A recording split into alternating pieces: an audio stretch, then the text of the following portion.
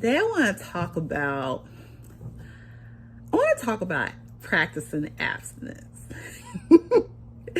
So, this is not going to be like on most of the videos you might see about practicing abstinence, where it's about you should do it, you should practice abstinence, you should definitely wait till you get married. I think that's great. I think that's ideal. But I am not the kind of person who's going to work through what's ideal. I'm more concerned about what's effective and what's ineffective. So I am a Christian. I do believe in having morals and standards and virtue. But I also believe in doing what's right and effective for you. And I think a lot of times in this Christian walk and journey, we get so bogged down with what's right and what's wrong that we have no grace with ourselves. And I think it's very important to have some grace with yourself. I know a woman that proudly says to me that before she met her husband, she had abstained for 10 years. And she got married for the first time at the age of 40. So that means from the age of 30 to the age of 40, she abstained from sexual activity. And that's cool, that's fine. But I guess what I struggle with is that I know for a fact that the person that she ended up marrying was not doing the same. And I don't think they were even abstaining from other people once they first got married. So it was kind of like they got married, but he was still kind of had, some side chicks hanging around. And that was a point of contention in the beginning of the marriage. Now, I don't know what happens later on in their marriage, but I know at the beginning that was a point of contention.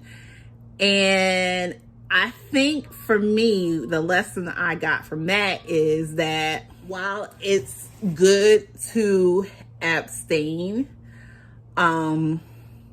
it has to be something you do for yourself, for your own conviction. It can't be, I'm abstaining because I'm only going to get a certain caliber of man if I abstain. Because the truth of the matter is, men are, unless they're like the Apostle Paul, men in general do not abstain.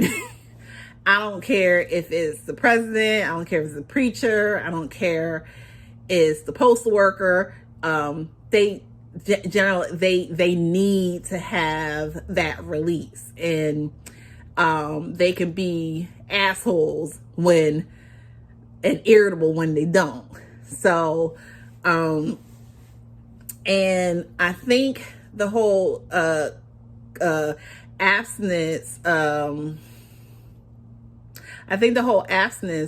narrative, especially for women, is kind of like, it makes it seem as though women don't enjoy sexual activity as well. I know for me,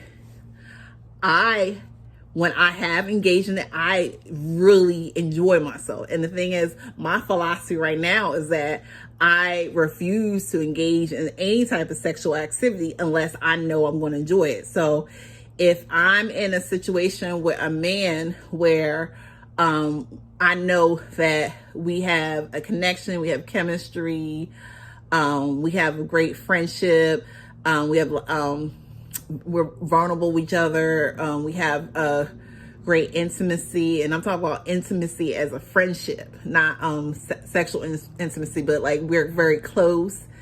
I can enjoy that sexual activity with that man, but if it ever turns into a situation where that closeness is gone, that intimacy is gone, there's a lot of playing games, I would not be able to continue. It's just, I can't do it. I don't engage in such a vulnerable encounter with a man if I can't feel safe that it is I could let go and be free. If I feel as though that I can't enjoy the moment, I can't surrender to the moment, I would not be able to do it. So that has led me to have periods of abstinence. I think the longest I've gone is 3 years. I've gone 3 years abstaining.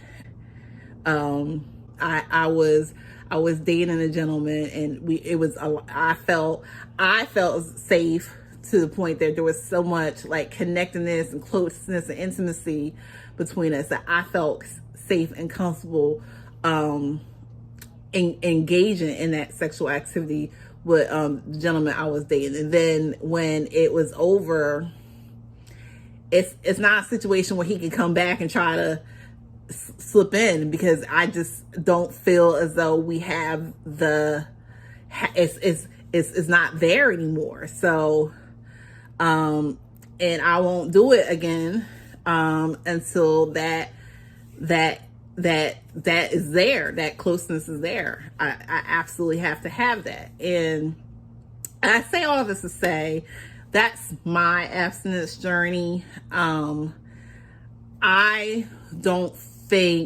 think we as Christian women, we have to have a lot more grace with ourselves when it comes to the abstinence journey, whether you slip up or you don't slip up. I don't think you should just be going around just having sex with any and everybody, but I don't think you should let anybody guilt you for enjoying something that's pleasurable, definitely God created to be enjoyed within the context of marriage, but and that is definitely ideal. That is the best. But I'm gonna tell you, I was married for 17 years, and it got to a point. It was not enjoyable. There was no connection. There was no intimacy. There was no vulnerability. He and I were not connected for years, for 10 years. It was kind of like it wasn't there. And it's like, can two walk together unless you agree? There was we were just not on the same page about a whole lot of things. So, the last 3 years of our marriage, there was no sexual activity between us. Now, of course, I think, I know he was starting to date other people and have sexual activity with other women the last 3 years of the marriage. And then last 2 years of the marriage, we didn't live together anymore. But the last 3, and then the last 5 years, when I expanded the 5 years, the marriage was pretty much sexless for 5 years, because I'm lucky if there was sexual activity between us once a month.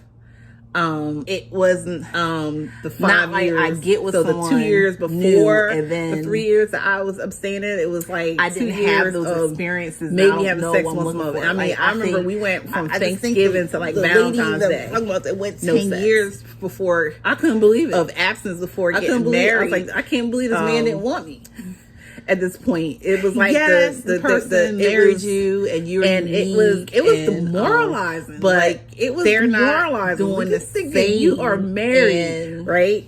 This is the time where it's hard for them to let go, be free, women, safe to take your clothes off, open up to this person, the marriage, and the person won't touch you for months at a time. I don't know how great of experience it is. Thanksgiving, you waited so long, and then finally get married. It's December. I remember, December 31st. I would be like a sitting duck. We went this entire the month, and this man not touch me. I couldn't believe it. 10 years. It was get married and have it was the most demoralizing thing I ever went. My husband's still having sex with other women. I was married to this man for a very long time. So it was kind of like a year, and it still had that same result. I was separated, got my own place. The Bible says a faithful man who can find. So, you know what? I'm not saying go out there and am be in a situation where I'm loving or sexually liberated or whatever.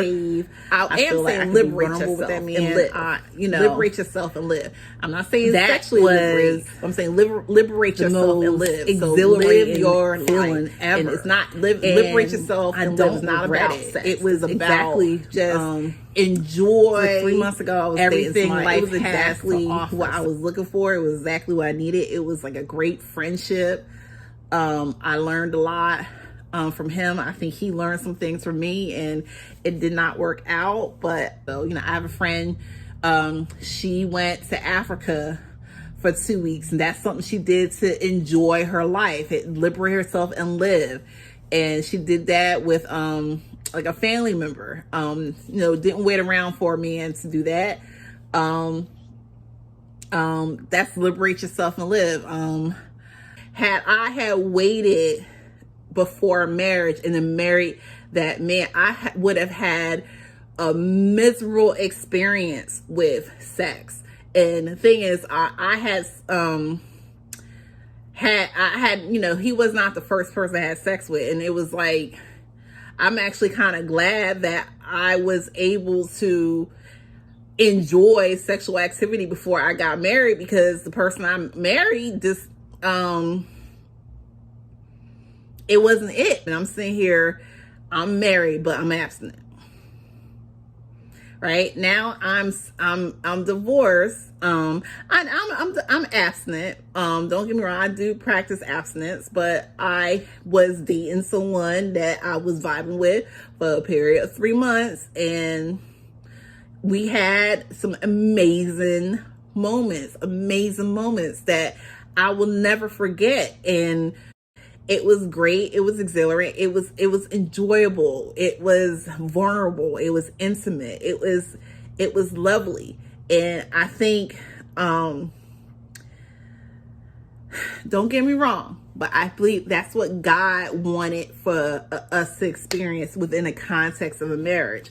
But what I'm starting to see is that what I saw for me, within the context of a marriage, I was never able to experience that. And I was able to experience that wonderful, great, exhilarating, intimate, vulnerable space outside of marriage. And I'm happy I was able to experience it at all, ever. And, hopefully, yes, I can experience that within a marriage or within a committed long-term relationship. But, if that never happens, then I was able to experience that. The person that was willing to marry me was not willing to be sexually intimate with me. The person that was willing to be sexually intimate with me on a very connected, vulnerable level, of course, was not willing to marry me. So, you have to have grace with yourself. You have to liberate yourself. You have to live your life. You gotta do the best that you can to follow God's word, but understand that God is a God of grace and a God of mercy and a God of a first chance, a second chance, another chance, and a final chance. And you just gotta do the best with what you have. And I hope this helps someone. It's having that mindset. It's really helps me, and it helps me actually to stick to being abstinent, because I'm not willing to just jump in bed with anybody, even if I jumped in the bed with them before.